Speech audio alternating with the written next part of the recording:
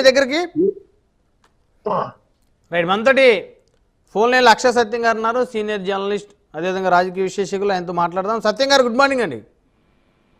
Sir good morning sir. మీకు అక్కడ కీర్తన గారికి, రఫీ గారికి అందరికీ కూడా నమస్కారం సార్.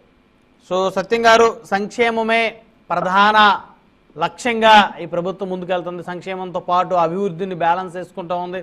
అదేవిధంగా పెట్టుబడులను రాబట్టేటువంటి ప్రక్రియ కూడా మనం చూస్తూ ఉన్నాం. సో ప్రస్తుతం కనుక చూస్తే ఇప్పుడు ఉచిత బస్సు ఆల్రెడీ 3,000 నుంచి 4,000 రూపాయలు పెన్షన్ పెంచడం అయిపోయింది. ఇసుక పాలసీ కొత్త పాలసీ అయితే తీసుకొస్తున్న పరిస్థితి ఉంది. దానికి కొంచెం విధి విధానాలు రూపొందించాల్సిన అవసరం ఉంది. సో అది కూడా దాదాపుగా పట్టాలు ఎక్కినట్టే. నెక్స్ట్ ఏదైతే ఉచిత బస్సు ప్రయాణం ఏదైతే ఉందో మహిళలకి, ఆల్రెడీ గతంలో కర్ణాటక గవర్నమెంట్, అదేవిధంగా తెలంగాణ గవర్నమెంట్, ఆ రెండు గవర్నమెంట్లు చూసి ఇక్కడ కూటమి ప్రభుత్వం ఎన్నికల ముందు హామీ ఇచ్చింది. మన రాష్ట్రంలో కూడా మహిళలకు ఉచితంగా బస్సుని ప్రొవైడ్ చేయాలనేటువంటి ఉద్దేశంతో. సో ఇప్పుడు అది పట్టాలు ఎక్కేటువంటి పరిస్థితులు ఉంది. నెక్స్ట్ అంటే సూపర్ 6లో భాగంగా నెక్స్ట్ మహిళలకు ఉచిత బస్సు ప్రయాణమే, ఆ పథకమే అమలయ్యేటువంటి అవకాశం ఉంది. సో ఆగస్టు 15 అంటున్నారు ఇక్కడ రఫీ గారు కూడా.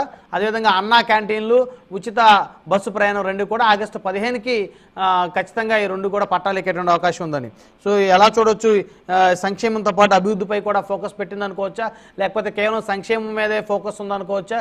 అయితే ఇవన్నీ అసలు పూర్తిగా 5 సంవత్సరాల అమలుకు సాధ్యమయ్యేటువంటి అంశాలేనా? మళ్ళీ ఇంకొక 2 వారాల్లో 1వ తారీఖు వచ్చేస్తా ఉంది. 1వ తారీఖు వస్తుంది అంటే ప్రభుత్వాది నేతలకు ఒక టెన్షన్ వాతావరణం. మరి గత 5 సంవత్సరాలు చూస్తే 1వ తారీఖు వస్తుందంటే 1వ తారీఖుకి జీతాలు ఇవ్వాలని చెప్పేసి ప్రభుత్వం కానీ, సిఎస్ కానీ వాళ్ళంతా కూడా ఇబ్బందులు పడేటువంటి పరిస్థితి, మంత్రులు కానీ, ఎందుకంటే జీతాలు ఇవ్వలేకపోయిన పరిస్థితి సక్రంగా. సో ఇప్పుడు మళ్ళీ 1వ తారీఖు వస్తుంది. గత నెలలో అయితే ఇచ్చారు ఈ కూటమి ప్రభుత్వం జీతాలు. మరి ఈ నెలల పరిస్థితి ఏంటి సార్? అమ్మ 1వ తారీఖు అని ఎల్బీ శ్రీరామ్ సినిమా ఉంది కదండి, ఏం అంతకంటే 100 రెట్లు పొందండి ప్రస్తుత. ఇప్పుడు ప్రభుత్వాల పరిస్థితి అలానే ఉంది. అట్లా ఉంది సార్. అయితే ఇంకా మన డిస్కషన్ లోకి వస్తే, సంక్షేమ పథకాలు ఇస్తారు చంద్రబాబు నాయుడు గారు, పవన్ కళ్యాణ్ గారు, మోదీ గారి ప్రతినిధులు అనే ఉద్దేశం ఉంటే వైసీపీనే గెలిపించి ఉండేవారు.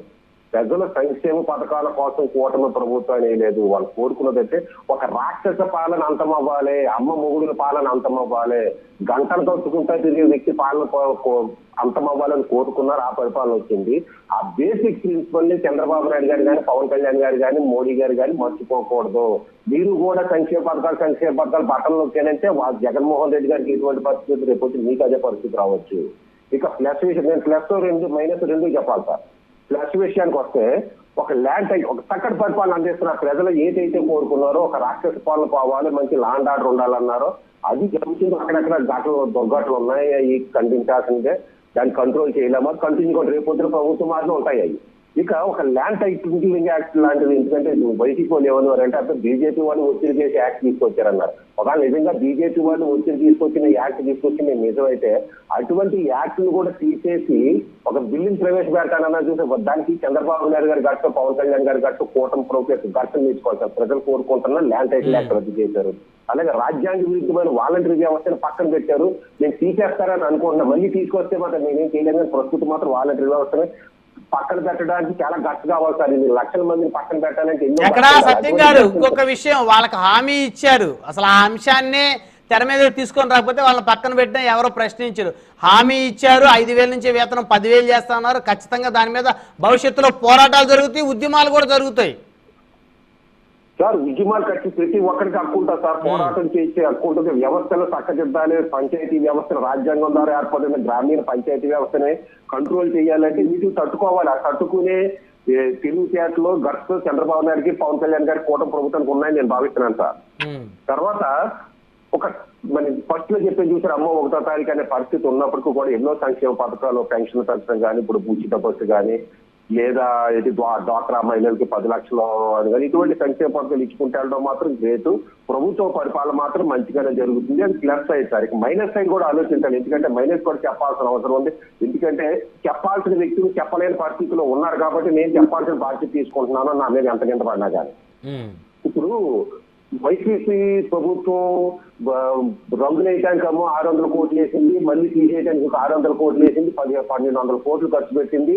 ఇది పార్టీ లేకపోతే ప్రభుత్వ కార్యాలయాన్ని అధికారంలోకి వచ్చిన టీడీపీ పార్టీ నేను లేదా అంబటరాంబాబు గారు ట్వీట్ పెట్టారు సత్యనపల్లిలో కంప్లీట్ పట్టుకొని చేశారు పంచాయతీ బిల్డింగ్ అని. అది పద్ధత?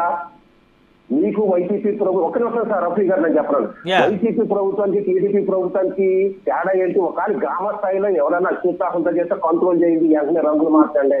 లేదు మేము జగన్మోహన్ రెడ్డి లాగే పరిపాలిస్తామంటే మీకు వాళ్ళకి వచ్చి గట్టే పడుతుంది 4 సంవత్సరాలు ఆగితేనే. రెండోది, ఇప్పుడు వైసీపీ పార్టీ మట్టి దిబ్బల సంస్కృతి సంస్కారం ఏమీ లేకుండా ప్రకృతిని కూడా దోచేస్తున్నారా అని అది ఆరోపణ చేసి వచ్చారు. ఇవన్నీ కూడా జనసేన పార్టీ సిద్ధాంతానికి వ్యతిరేకం నేను చెప్పినవన్నీ కూడా. ఇప్పుడు వైజాగ్ లో నేను బౌద్ధ సత్యాగ్రహం ఏదో ట్వీట్ పెట్టారు, వీడియో పెట్టారు, ఎర్రమట్టి దెబ్బలన్నీ సంస్కృతి మన భారతీయ సంస్కృతి ప్రతీక. అటువంటి దెబ్బలు కూడా తగ్గేస్తుంటే చంద్రబాబు నాయుడు గారి ప్రభుత్వం, చంద్రబాబు నాయుడు గారి యొక్క రక్షణ వ్యవస్థ, ప్రభుత్వ వ్యవస్థలు ఏం చేస్తున్నాయి? మీరు కూడా జగన్మోహన్ రెడ్డి గారి లాగే పరిపాలిస్తే మీకు వైసీపీ ప్రభుత్వానికి, కూటమి ప్రభుత్వానికి తేడా ఏంటి? పవన్ కళ్యాణ్ గారి సిద్ధాంతాలు ఏమైపోవాలి? బంగాళాఖాతంలో కల్పించుకోవాలా?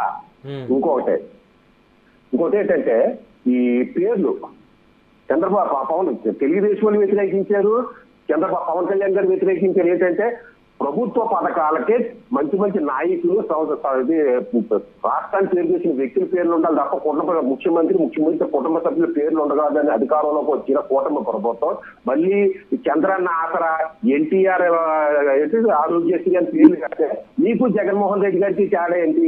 మీరు జగన్మోహన్ రెడ్డి గారిలో పరిపాలిద్దామని అధికారంలోకి వచ్చారు. ఇవన్నీ కూడా కంట్రోల్ చేసుకోవాల్సిన విషయాలు. కంట్రోల్ చేసుకుంటే ప్రజలు మళ్ళీ కూటమి ప్రభుత్వంలో ఒక 2-3 టర్ముల పాటు పరిపాలిస్తారు. లేదంటే పక్కన పెడతారు. ఇంకొక విషయం, ఒక పక్కనే పవన్ కళ్యాణ్ గారు ఇన్ని అవకతవకలు ఉన్నా కానీ కంట్రోల్ చేసి కూటమితో వెళ్తున్నారు. ఎందుకంటే ఒక ప్రభుత్వాన్ని దించాలి, ప్రజలకు మంచి పరిపాలన ఇవ్వాలి అని కొత్త గవర్నమెంట్ పార్టీస్కి వెళ్తుంటే నేను ఏబిఎల్ లో ఒక కార్టూన్ వచ్చింది. ఏంటివి?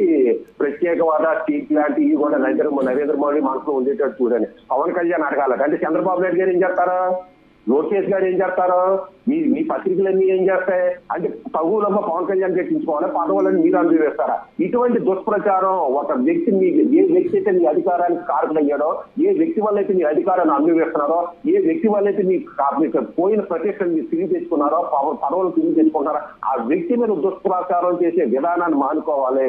అదే ఎవరెవరో విమర్శించడానికి మీ పవన్ కళ్యాణ్ గారు కాముకున్నారంటే ఊరుకుంటాడు. ధరల కంచుడులాటోడైనా ఇష్టాన్ని కూడా మెల్ల పెట్టుకుని కక్కుకుని మెల్ల దాచుకుని తిరిగినట్టుగాడు. కానీ ప్రళయ రుద్రుడు కూడా పవన్ కళ్యాణ్ అనే వ్యక్తి.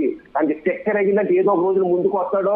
ఏ ఈశ్వరుడు వల్ల రాక్షసులు వరాలు అనుభవించారు, అదే ఈశ్వరుడు రాక్షసులు సర్వనాశనం అయ్యారు. ఏ పవన్ కళ్యాణ్ వల్ల అయితే మీరు అధికారంలోకి వచ్చి 2014లో, ఏ పవన్ కళ్యాణ్ అయితే 2019 అధికారం కోల్పోయారో, మళ్ళీ ఏ పవన్ కళ్యాణ్ అయితే 2024లో అధికారంలో వచ్చారో. మీరు చిన్న చిన్న తప్పులు, పెద్దమేం కాదు. ఈ రంగులు, ఈ మట్టి దెబ్బలు కొట్టేయడు, లేదా ఈ స్కీమ్కి ఇప్పటికి ఆమె ఎవరో డొక్కా సీతమ్మ గారు పేరు పెడతాం అన్నారు. డొక్కా సీతమ్మ గారి పేరు ముఖ్యమంత్రి గారికి ఆల్రెడీ సిఫార్సు చేశారు. ఖచ్చితంగా ఆయన కూడా అంగీకరించారు. కొన్ని క్యాంటీన్లకి ఆవిడ పేరు పెడతామన్నారు, సీతమ్మ గారి పేరు. ఖచ్చితంగా పెట్టాలి సార్. ఇటువంటి తప్పులు సరిదిద్ది ఒకరికొకరు కలిసి చేయాలి, ప్రజలు తీసుకుని గౌరవించాలి. అట్లా కాకుండా జగన్మోహన్ రెడ్డి గారి దగ్గర పరిస్థితి ఎగిరెగిరి పడితే ఒక్క వారంలో పడే పరిస్థితులు వస్తాయేమో ఆలోచించుకోమని నేను చేస్తున్నాను సార్. ఇది నేను వైసీపీ వాళ్ళు విమర్శగా తీసుకోకుండా మీ శ్రేయోభిలాషగా, మీ అభిమానిగా చెప్తున్నాను. నేను అర్థం చేసుకుని సరిదిద్దుకుని ప్రజలు మన్నలు పొందుతారని ఆశిస్తున్నాను సార్. రైట్ కీర్తన్ గారు, సో మహిళలకి సంక్షేమంతో పాటు భద్రత